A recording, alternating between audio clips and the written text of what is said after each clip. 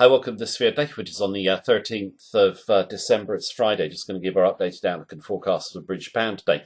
We are going to be looking at it against the USD. We're also going to look at it against the euro and the Canadian dollar. We'll go to the charts in a moment. Now, in terms of GBP, regular viewers know we've done plenty of videos on it over the last few months, and we've been very, very bullish. In our last video, we felt that Johnson would win the election. It was not a buy the rumour, sell the fact scenario because big money was not heavily long. And that proved to be correct with the pound surging higher. But now we've come off the highs. A lot of people have said to me, well, now is it a good sell? The good news is in the price. My own view is British pound still has more upside. I'm just going to go through my logic and reasoning, and I'm also going to go through the key technical levels to look out for as well. So what we'll do now is we will go to the charts, but please do keep in mind it is my view as of right now. It can of course change in line with the market conditions. If you want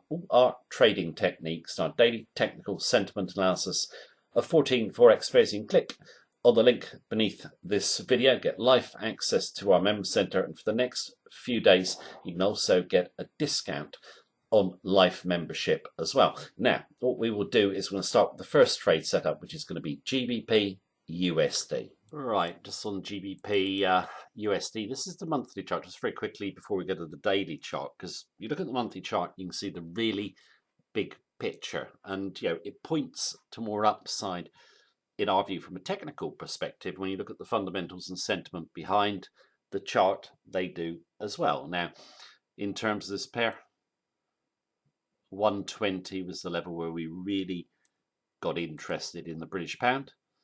There's the Brexit vote out candle. We tumble, hard Brexit's discounted. We bounce back, bounce back, bounce back in a big fashion. And then it was discounted over here and we bounced back. Now, if we look at the chart, our view is that, all the sell-off has been basically, or when we've sold off here and here, it's all to do with a hard Brexit. Okay, there isn't going to be a hard Brexit as we know. So from our perspective, this candle should be totally retraced up to the top of the body. So 145. So basically we're 133.27 as I'm doing this video. That's plenty of upside, isn't it? Another 1200 pips. Now, in terms of what I like about it from a technical perspective, yes, we have seen a sharp move up and the trajectory is steep. But what you'll notice is we've taken out the 20-month moving average. You see these pokes added here that can get through here, here, here, here, here.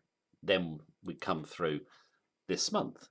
So I think 130 is very firm support. Okay, so I think you are going to get retracements, I think, in the British pound, obviously, but from our perspective, we're still remaining very bullish of the British pound. Taking a longer term perspective, and I think the longer term chart really helps us when we're looking at the daily chart. It just puts the big picture in kind of context. Right, let's move over now and look at the daily chart. Right, on GBP USD daily chart. Now, in terms of fundamentals and sentiment, just before I draw my levels, this quote, very interesting for me. I saw it today after the election. It says, the British pound is seen giving back some of its recent multi-month highs as investors book profit on what has been weeks of stellar gains for a currency that had, in truth, always been positioned for a healthy Conservative majority. I can't remember who said it, but it was on PS Live. No, this quote is just made up after the event. We noted in our last video, speculative money was not heavily long sterling at all before the election vote. We can see that on the COT net traders data. Most of the rise in sterling is basically shorts coming out the market. Speculative money is now in. There's plenty of money on the sidelines. On a news event like that, you get a knee-jerk reaction, you come back, but there'll be plenty of traders looking to buy the dips. I don't mean small speculators, I mean big money.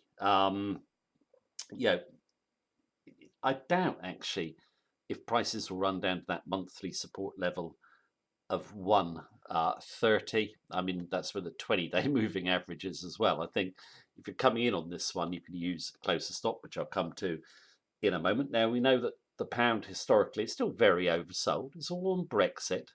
Yeah, we've said this for a long time. Yeah, Brexit sent it down from 145. It wasn't economic data.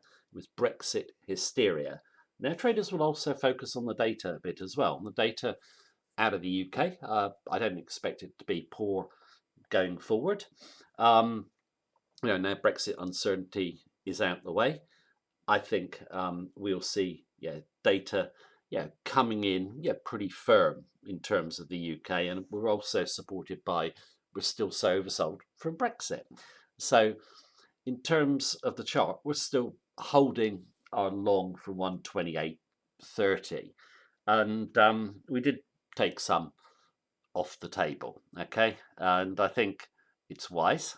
Okay, we took half off. We're gonna put half in on a dip. Now, in terms of a dip, where could we dip to? Well, there is roughly the 132 area, so it's a round number. So, sorry, I need to get my line straight. There we go. Oh, sorry, I keep skewing my line. It's my mouse pad. There we go. So you're 132. Okay. Now, in terms of 132, it's a round number. I think a lot of people will be looking for it to get there.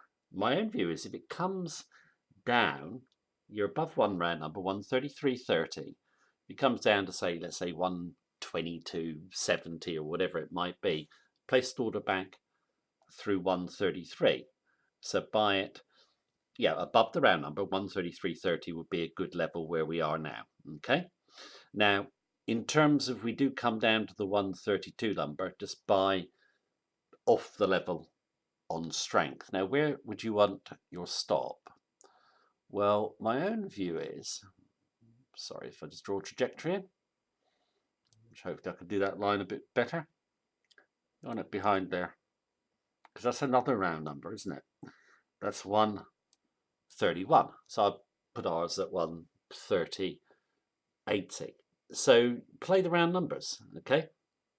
I think that is a good way if coming in on the dip. Sterling could next week go higher. You could also, if you wish, come in with a small position, just a small one, so you're in the market, and then look to add on a dip. I don't see big downside for sterling. And sometimes you do have a problem buying the dip because you don't get it. It's like here, for example, there's no big dip. Okay, so when candle was here, I did a video. Just buy it. Get in the market, and then you can always come in. When you do see a dip, if that makes sense. Now, in terms of this pair, I'm optimistic. We will see more strength, but I would say that we're probably going to get a pullback. But in terms of Euro GBP and GBP CAD, I would have my bigger weighting there than here. I think they're possibly got more, or sterling has got more upside potential. And we'll go and look at the charts right now. And the first one we will do will be Euro GBP. Right, Euro GBP daily chart. And if you look at it, it's a nice downtrend. But just before I go through the levels on this chart, it's interesting to look at the monthly chart because it shows the potential there is for more downside. This trend could run a lot further. So let's just go to the monthly chart. We've decisively taken out the 85 level, which I was saying was a key level of support to be taken out. It was our first target. Now, though, we think we can easily go to 80. And, all this rise up was on Brexit hysteria. So 75, that's certainly on the cards, and possibly a move all the way down to 70. There's no question, okay, in terms of the euro, that we view the economy is in much worse shape than the UK. It is, if you look at the data. And also you've got negative rates in Eurozone as well, which will cap it on the rally. So we're down at 83.52. Any rallies towards 84 are selling opportunities. Then we've got our stop back behind this 20-day moving average, a second level of resistance, 85.50. It's been a great run down from our last trade in, which was 89.80, but it's got far further to run. So we've got our stop, reasonable distance from the price. And looking at the bigger picture, if you're coming in fresh to this trade, again, you could just drop a small trade in and put another one in on the retracement. But for me, the euro, negative rates and the way the economy is going, euro's going down on the USD in our view. It got a little bit of a spike up, obviously on the relief of the election victory in the UK, because it kind of basically removes the uncertainty about Brexit, but just don't see any good news coming for it. Going a long, long way to the downside. Okay, right, let's shift over and do our last pair, which is, of course, GBP CAD. Right, GBP CAD daily. It's been a nice run up. This has got our biggest weighting in terms of our GBP longs and has done for a few months, as we mentioned in previous videos. It's a 1400 pip rise since we first got interested in it. We got most of the rise, but there's far more upside ahead. I don't think we'll get too much in the way of retracements. It's just, again, worth looking at the monthly chart. Nice move up. We've sliced out the 20-month moving average. I don't think we'll be going back there. Retrace this red Brexit candle here up to 190. So 1400 pips potential profit ahead. Now, in terms of this pair, we noted before the elections that speculators heavily short of the GBP. I would still bet that even with this rise here, there'll probably be some speculative shorts in the market. Speculators, large speculative money, has bought the Canadian dollar heavily everywhere. Okay, said in previous videos, I won't go through it in this video, but the bullish fundamentals for the CAD have peaked. They can only get worse from here. So not only do I think the speculative short position will disappear, speculators will basically come in long. How much downside is there in this one? Well, a nice retreat from the highs. This level here looks pretty firm, 175. I would put I keep saying I just put a small trade in if I was bullish. If we came back towards the 175 level, you key off that, or if you slip through the round number, just basically come in at 175.30 on clearance of the round number again. If we come down towards this level, I think this is pretty firm. It's 173 in the bottom of the big red, the big blue. You just take any strength. I'll put my stop just behind that level. Okay. Plenty of upside in this one. And the point to keep in mind is big trends last a long time. And for months people have been saying, are you going to abandon your bullish stance in the British pound? When we look at the fundamentals and the sentiment and the huge decline in the British pound, no, I still think the pound has got more upside.